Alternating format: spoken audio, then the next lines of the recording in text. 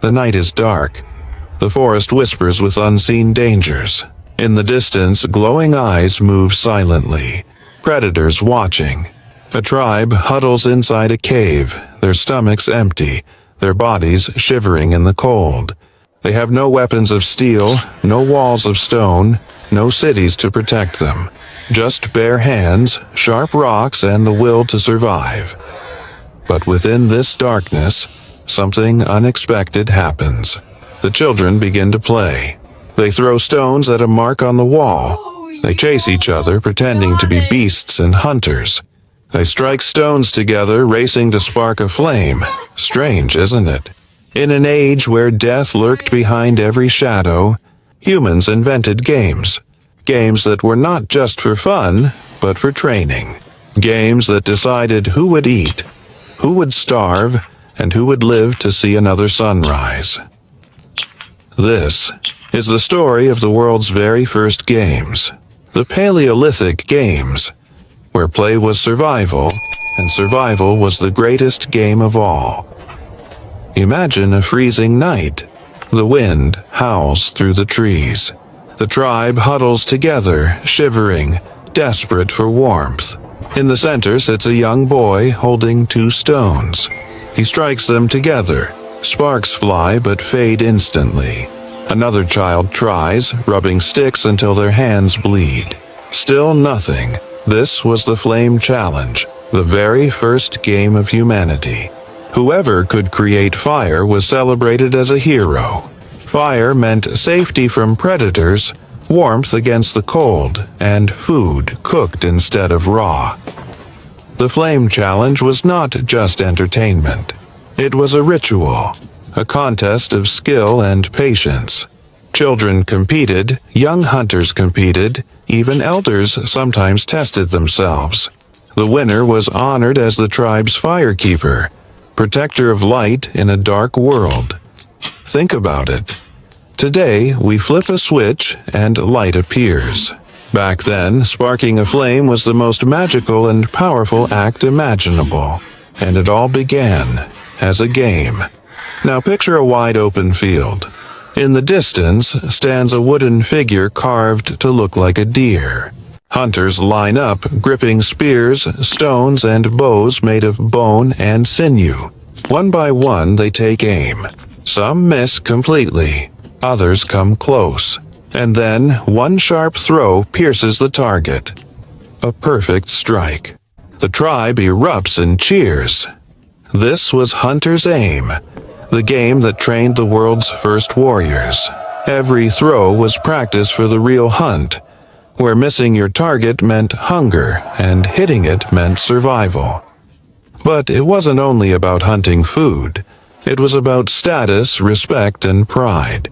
The one with the sharpest aim became the tribe's champion, chosen to lead hunts and protect the group from predators.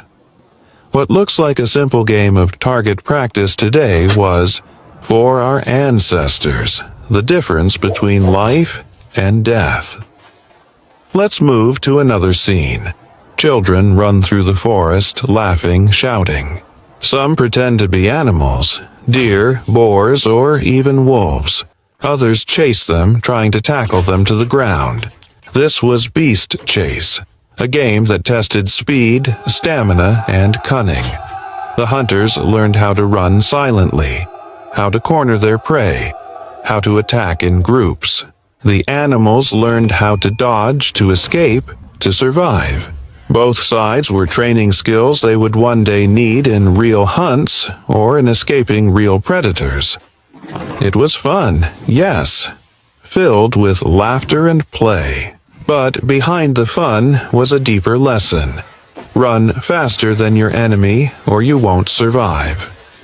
In many ways, Beast Chase was the ancestor of modern sports. From football to wrestling to tag. But back then, it was more than sport. It was preparation for the hunt. But not all games were about speed or strength. Some were about skill, patience, and intelligence.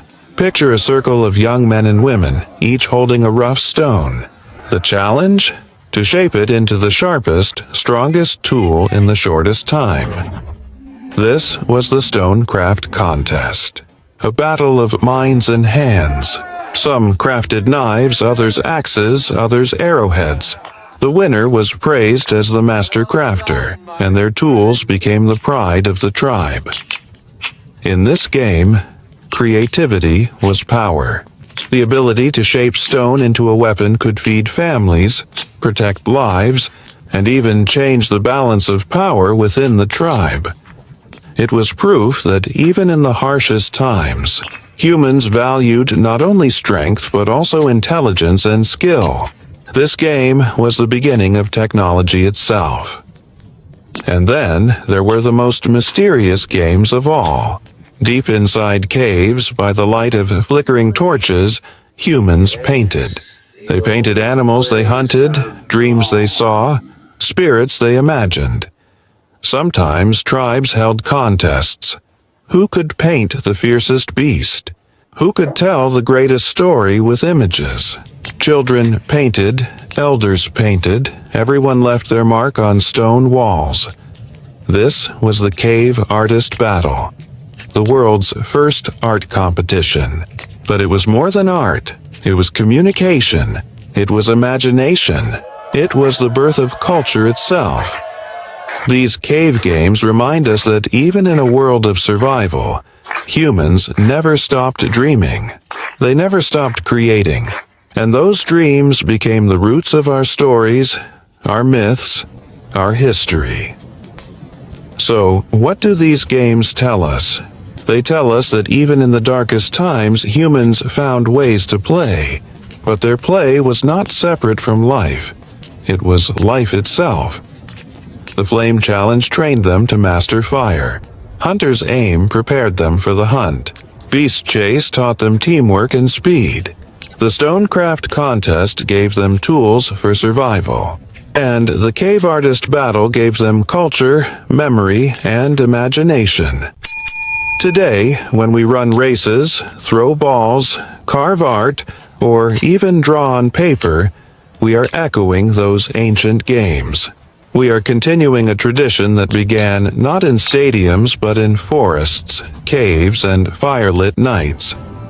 Perhaps that is why games still matter so much to us. They are not just fun. They are the very essence of what it means to be human. So, next time you play, remember, you are not just passing time. You are touching the spirit of the world's first players.